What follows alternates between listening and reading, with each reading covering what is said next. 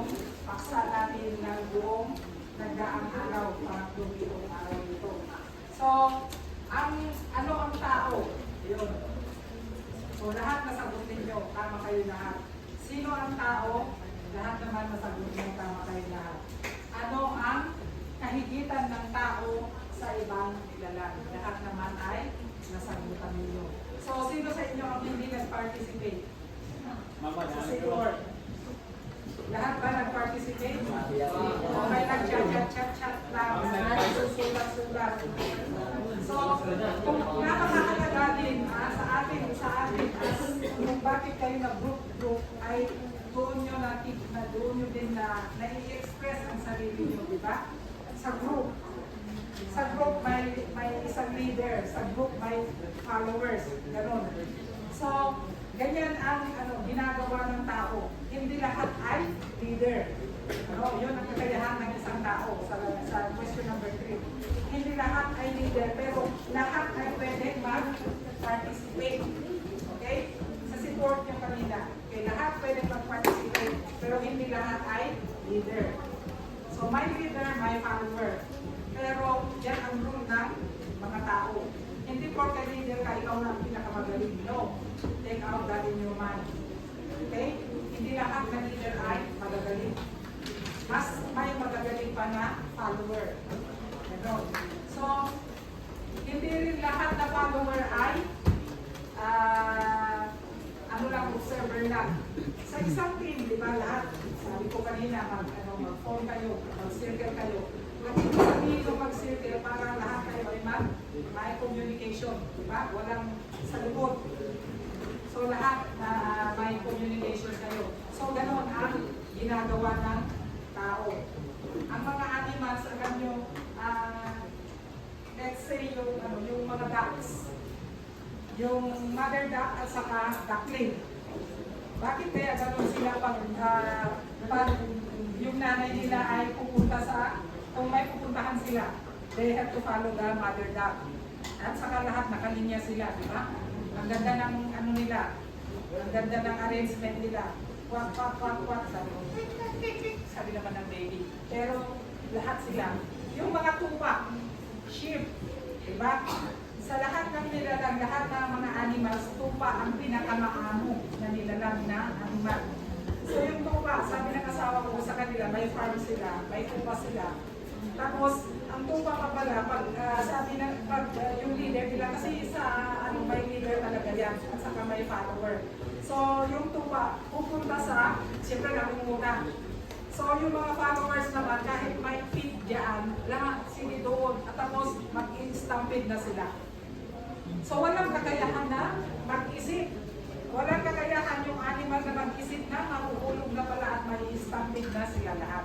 Unlike tayo ng mga tao, may senses tayo, no? Ginagamit natin yung 5 senses natin na maprotektahan yung sarili natin at makapag-isip kung nasa danger ba tayo, nasa danger zone ba tayo o okay lang tayo. Ganon. So, ganon ang mga katangian. And I like the one that Luke 2 was saying, God created us differently to worship our Creator. O, wala pa ka ng number 2.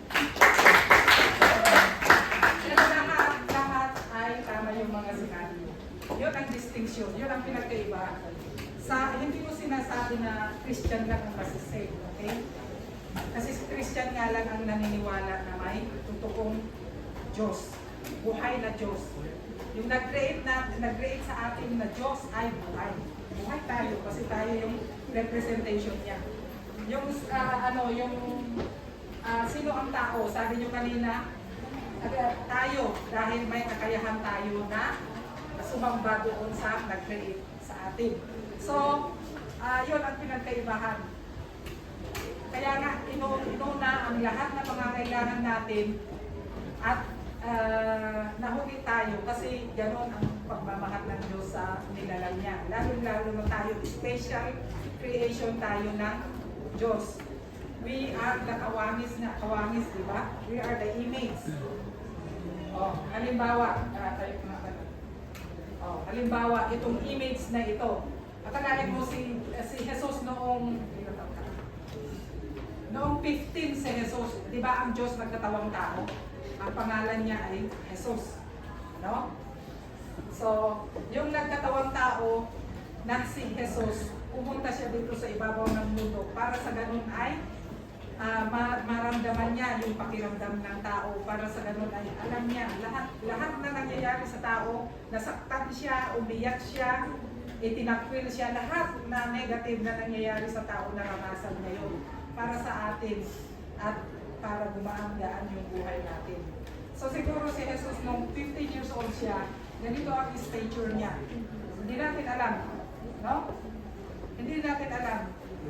Stature, yung stature ng tao.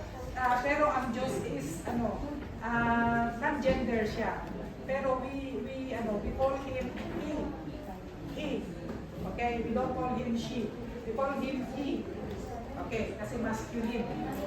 Okay, so kung bakit tayo nilalang ng Diyos ay para sa ganun at i-represent natin siya, di ba? Sino yung nagsabi kanina? I-represent natin siya. We are the representation of God. Totoo nga, kasi in the Bible it says in the New Testament, we are the ambassadors of Christ. So we are claiming, as ministers of the Word, we are claiming that we are the ambassadors of Christ. Yun ang isang title namin, ng mga ministers. Kasi we are pictures of the Word. Yun ang ano namin. So ganon, we represent God who created us to domain His other creation. To domain your dog, to domain your cat, diba na tayo yung nag-aaklag sa kanila, diba? So, utusan natin yung mga animals. Akalain nyo nung sa Bible, sabi sa Genesis, God gave Adam the right to name every animal. So, si Adam, the first man who ever created, si Adam, siya yung nagpangalan sa tao. Nagpangalan sa aso, nagpangalan sa pusa, lahat. Nagpangalan sa mga greens.